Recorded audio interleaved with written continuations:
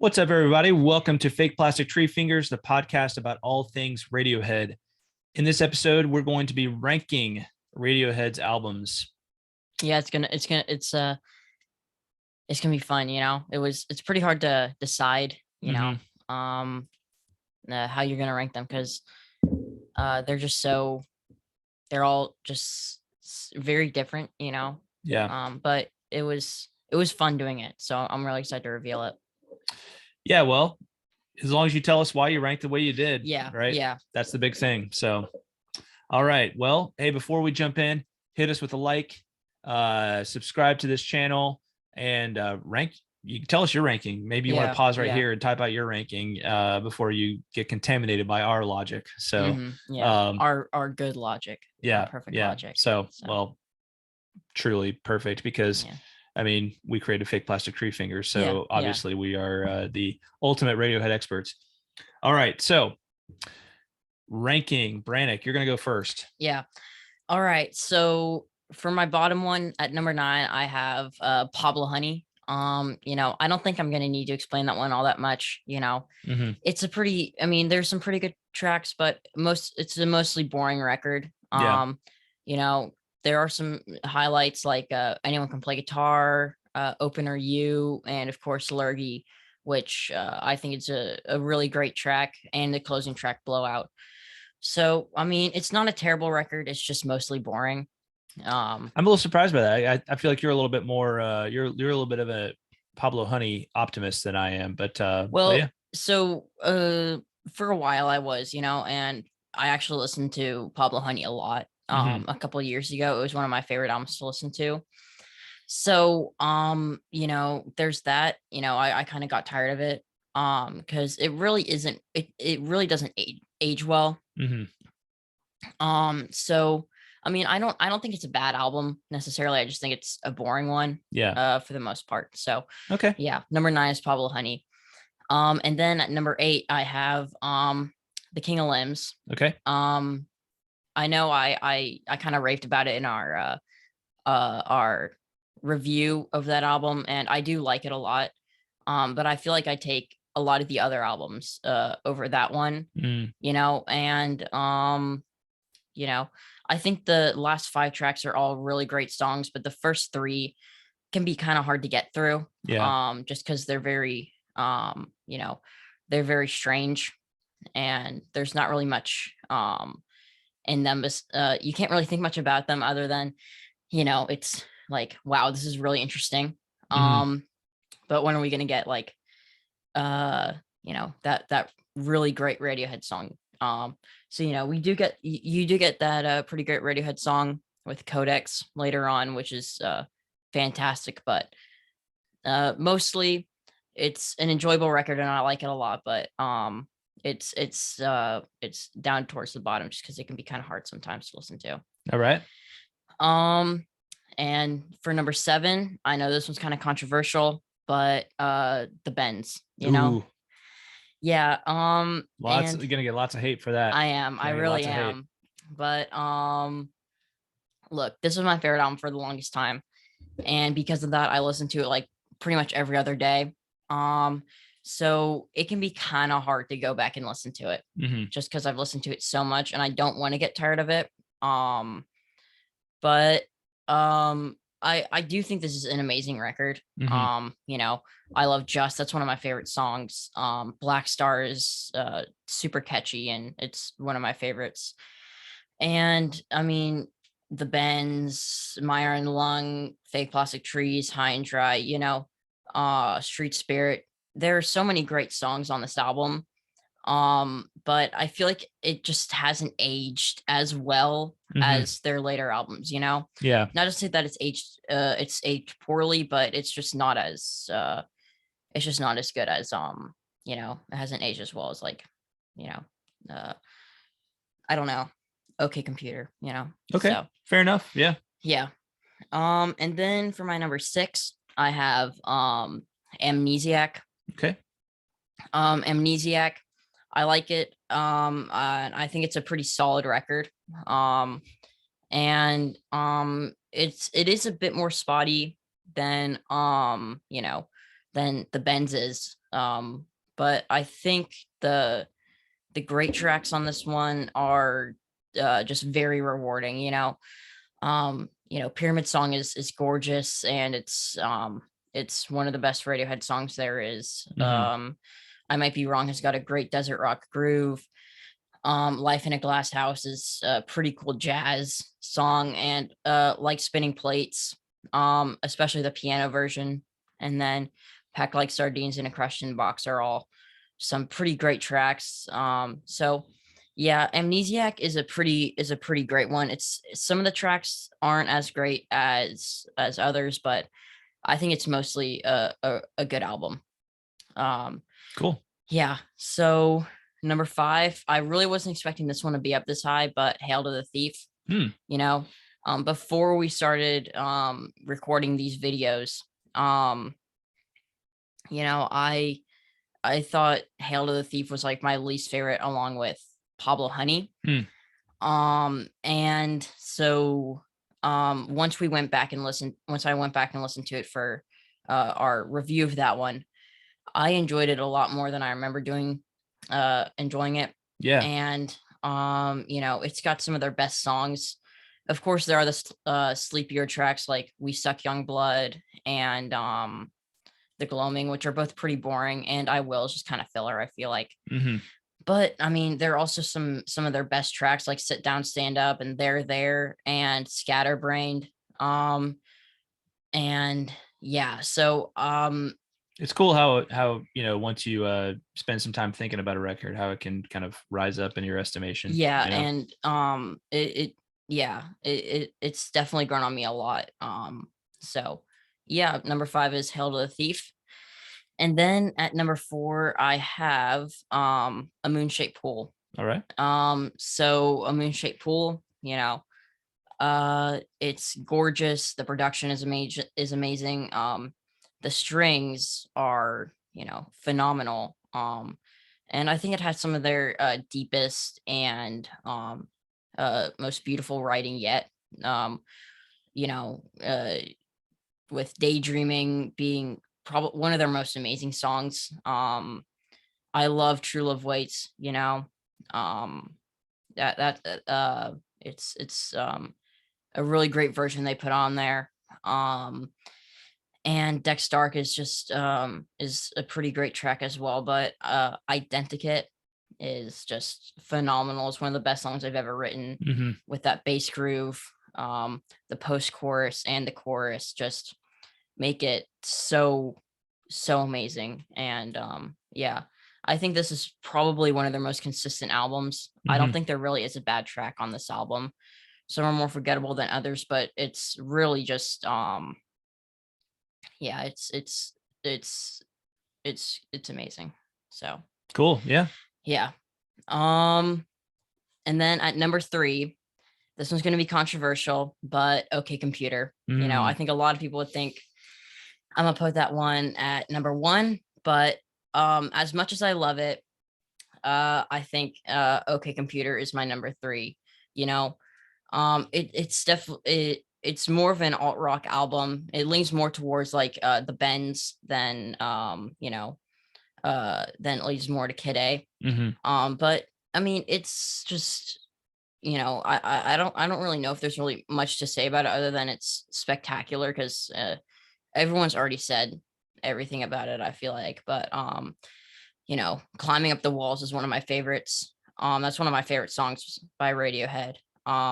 Opener Airbag is just so weird and haunting. And it's a banger. And I love the opening part of Lucky and just the Lucky in general. And Paranoid Android, Let Down, and really this whole album is just so good. But there are just a couple other albums, that make it fall down to number 3. So gotcha. Yeah. For number 2. All right. Drum roll. Well, there's not much drums on this one, so Kid A. All right. This was one when I first went through that I just wasn't really crazy on, but I feel like with Radiohead, if you're not crazy on something, then you're going to get crazy on it pretty much. Yeah. Maybe with the exception of Pablo Honey. Well, that was when I was crazy on it at the beginning. So Right. Yeah. With Radiohead, if you're crazy about something right from the outset, then that may be a bad sign. Yeah. So, but look, Kid A is just so, honestly, what is there to say? It's, it's super lush and it's very open. It's got some really great tracks, the Dystopian Idiotech is like one of my favorite songs ever, motion picture soundtrack is beautiful. I love the harp on that song, and it really gets the job done. Everything in its right place is a great opener. It's one of their most iconic openers. And then National Anthem, the bass groove on that one is just it's amazing. Yeah. And Morning Bell and 5/4 is that one's also really great. And of course, How to Disappear Completely is just how it builds the strings, the acoustic guitar, Tom's falsetto towards the end it's just wow, chef's kiss. Beautiful. So, yeah. So with that, my number one is In Rainbows. All right. So I mean, I didn't mention this in the when we reviewed In Rainbows because I didn't want to give away this video, but like this is my favorite album ever. Wow. It's so perfect. There really isn't a bad song on this album. There's nothing on here that I dislike. The production is so good. It's very reverby and ambient at parts, but it's so good.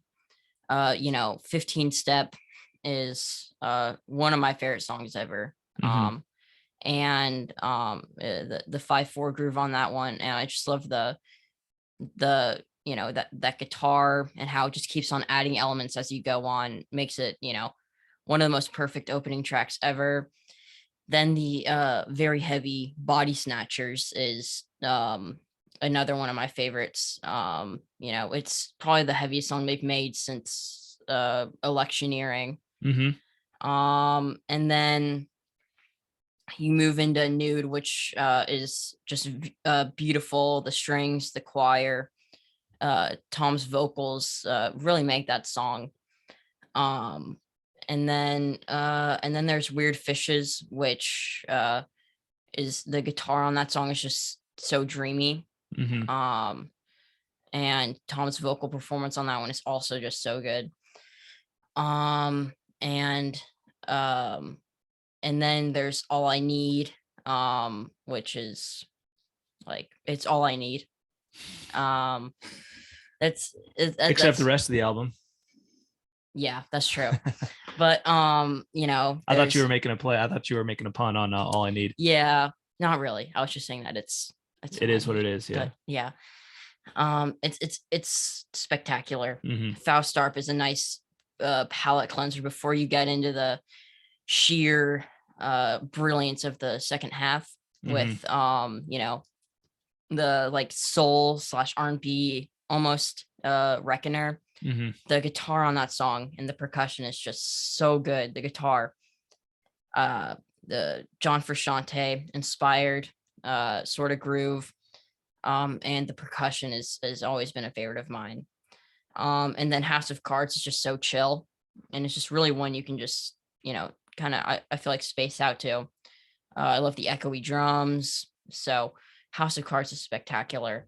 And then the heavy Jigsaw Falling Into Place, which is one of the heaviest songs on the album, but is still based around acoustic guitar. So that one is really good. And then the Closer Videotape, which is like one of the greatest closers ever. It's minimalistic rock that just works so well. So yeah, In Rainbows. All right.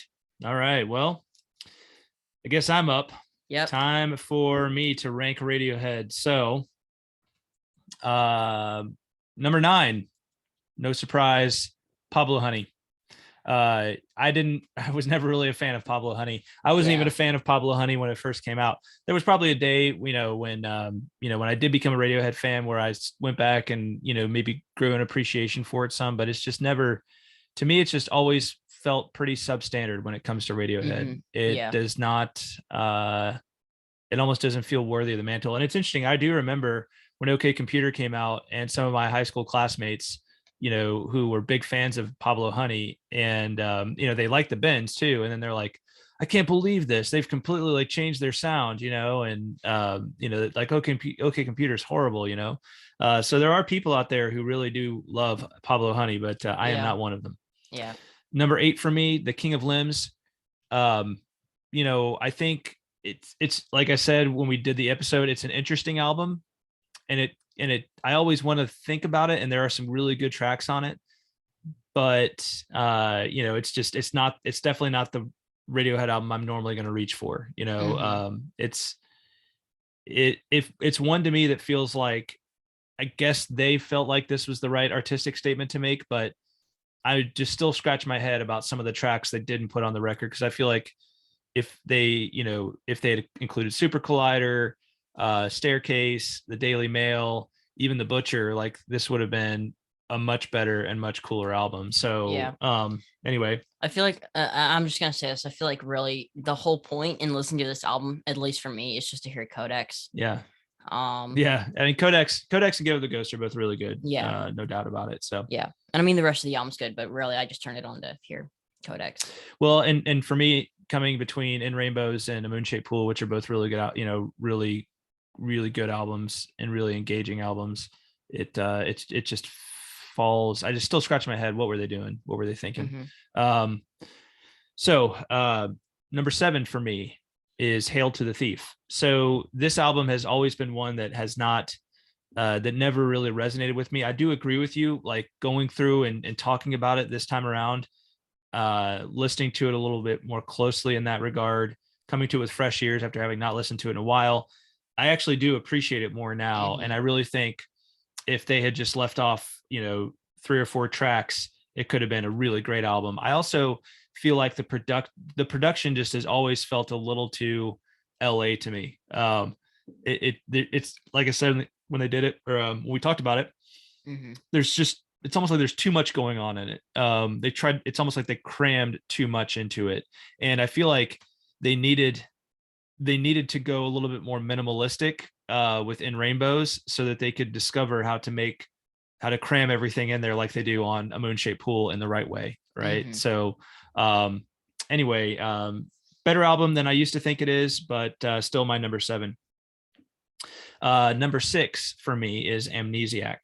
So got some very cool tracks on it, but it's always felt a little the like Knives Out was a very disappointing track for me when they released it. I was one I was looking forward to, and then it was just like, yeah, this isn't very good. And it's really not as like nearly as good as most most people seem to think it is, in my opinion. And there's just, it's as much as there's some really great songs on it, like I've always felt like the Dollars and Cents could have been better. I think it's a better song than what wound up on the album. Yeah, I think the live version of it on I Might Be Wrong is better. Yeah. And you get Like Spinning Plates, which is a really cool track, Life in a Glass House, Pyramid Song, all fantastic tracks. But something about Amnesiac just doesn't quite get me all the way to great Radiohead.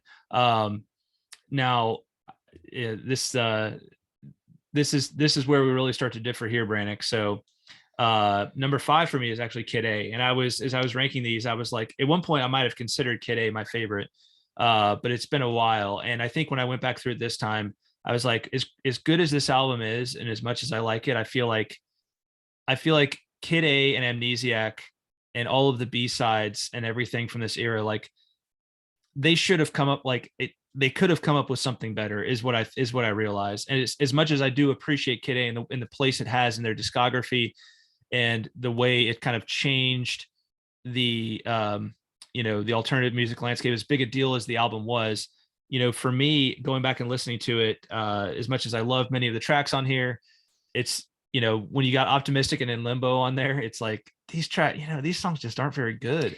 Yeah, and I think I agree with you on that one. I think Optimistic and In Limbo just aren't very good tracks, but like I think they work well within the context of the album. Like, Yeah. I'm not going to listen to them outside of the album, but I think they work really well inside the album. Mm-hmm. So, well, and for me, we've mentioned that the version, and I'm not, I hate to diss it in front of you, but the version of Motion Picture Soundtrack is just not the version I imagined being the final studio statement of that song.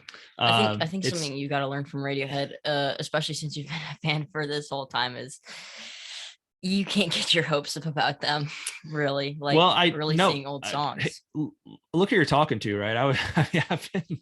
I was right there on the day Kid A came out, right? Like, yeah. And so I've been through all of the emotions with this record. I've gone from not liking it probably very much at all to thinking it's the greatest album of all time. And now I'm just kind of like, it's a pretty good Radiohead album, mm-hmm.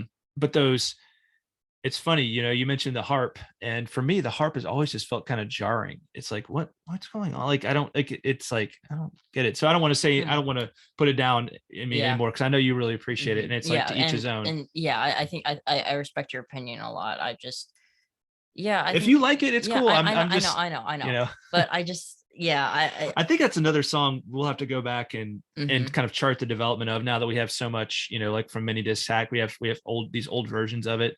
Yeah, we can go back and find the like old like 1995 or 96 radio version of it. And I mean, I can't really get mad at you when you say you prefer the original Motion Picture Soundtrack, because I've never heard it. I don't know how amazing it is. Mm-hmm. I just know that this one that's on Kid A has always been a favorite of mine. And really the only original version of a Radiohead song that they kind of that they maybe kind of butchered was Lift, which I feel that, mm-hmm. I think they could have. I'm not a big fan of the version they put on Okay Not Okay. So yeah. So I mean, I respect your opinion. No, I'm glad you respect my opinion. Thank you. All right, track number 4 for me, album number 4 in my ranking, A Moon-Shaped Pool. This one leaped over Kid A for me. And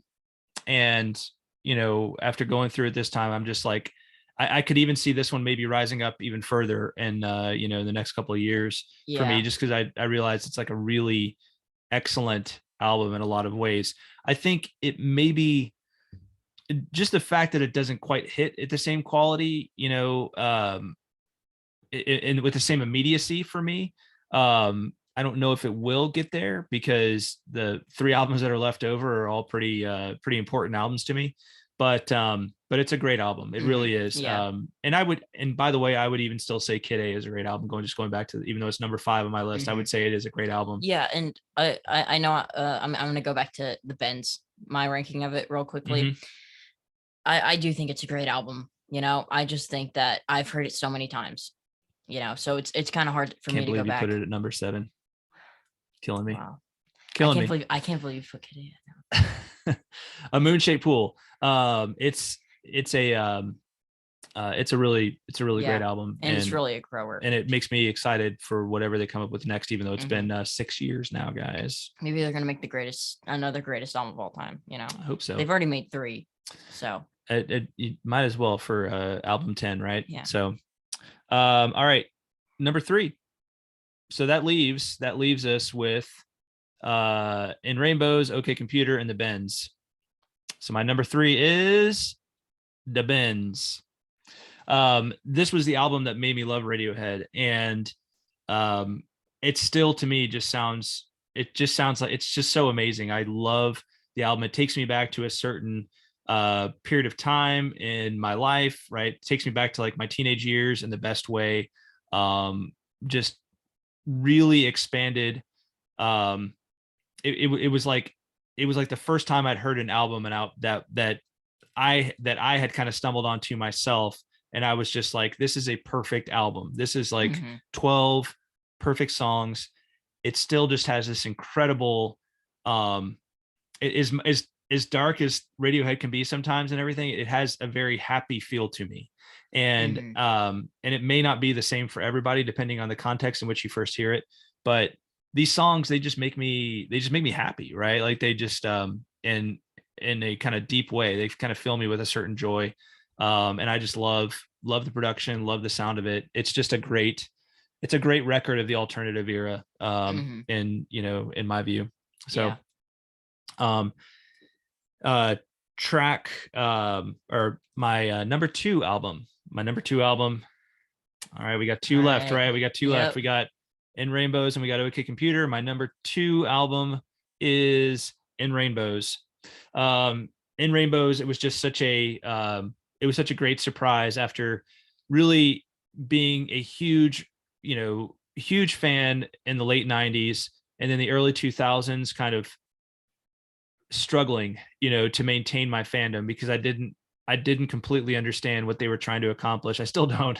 On the Kid A and Amnesiac sessions, Hail to the Thief was very much a disappointment for me when it came out, even though it's, grown in my estimation since then.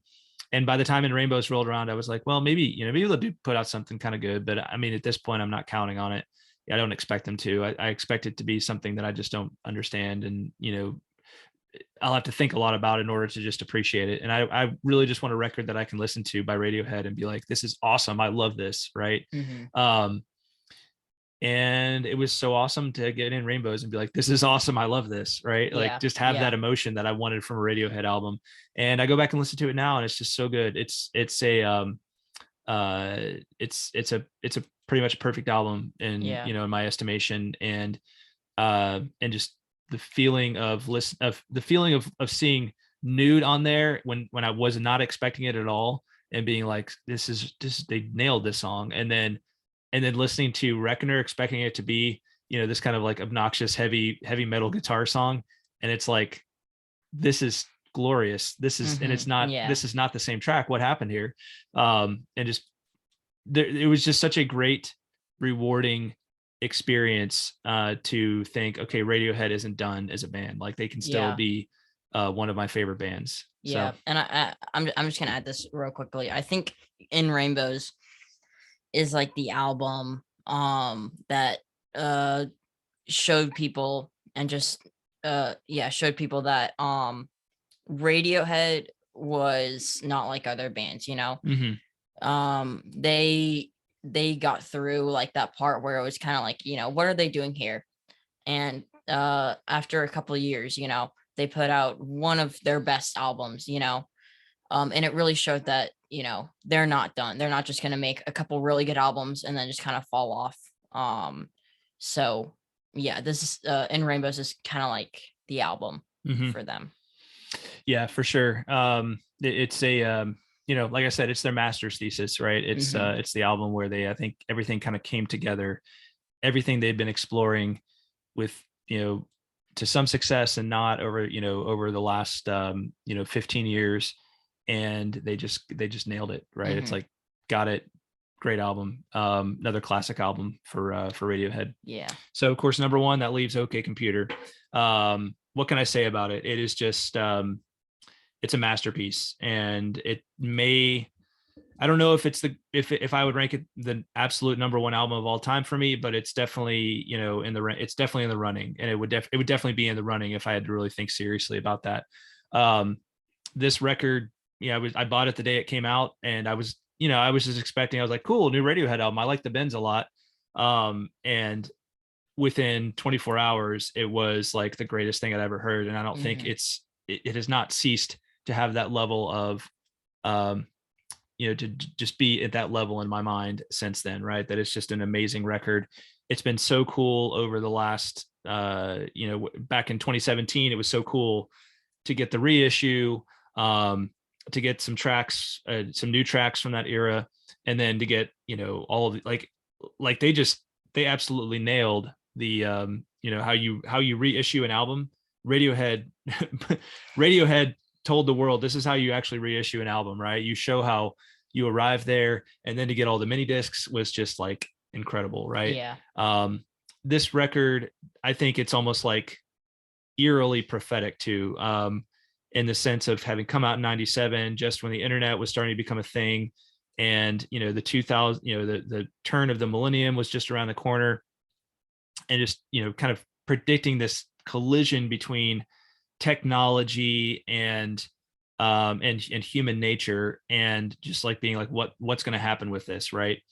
And just that final note, right? Hey man, slow down, right? Just slow down.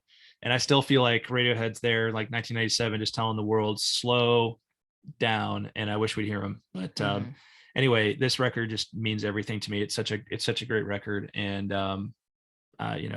but there's no other logical choice for me as far as Radiohead goes to be number one. Yeah. So yeah. All right. Yeah. So hey, like this video, leave us comments, hit that subscribe button. So we'd love to know what you're ranking. If you didn't already put your rankings in the comments, now is the time to do it. What's your number one? If you don't want to say your whole list, what's your number one? And what do you think about our rationale for how we ranked? Any thoughts you have to share? We'd love to hear them. So yeah, and I'm just gonna say I'm actually really surprised how different our rankings were. I feel like our rankings were just they were all very different. And to be honest, my ranking, what would have been my ranking before I went back and re-listened to all these is very different from what my ranking is now. Yeah. So I think before we recorded all of them. Yeah. Because beforehand, Hail to the Thief probably would have been number 8 for me, and King of Limbs probably would have been like number 6 or maybe even number 5. So it's really cool to see how it all changed. So yeah, it's fun. It's fun to go through this process of really thinking a little more deeply about the records we love, and Radiohead is just such a great band to do it. So this brings us to the end of season 1, but it's we're just getting started on Fake Plastic Treefingers. On season 2, we're going to be discussing Radiohead's B-sides and rarities from the different album eras. Not quite sure when we're going to be dropping season 2. Hopefully it won't be too long, but if you're watching on YouTube, make sure to subscribe to the channel, click that notification bell, and you'll find out. If you're listening to us on via podcast, same deal. Make sure you subscribe to our podcast wherever you listen, and then you'll find out when we're releasing new episodes.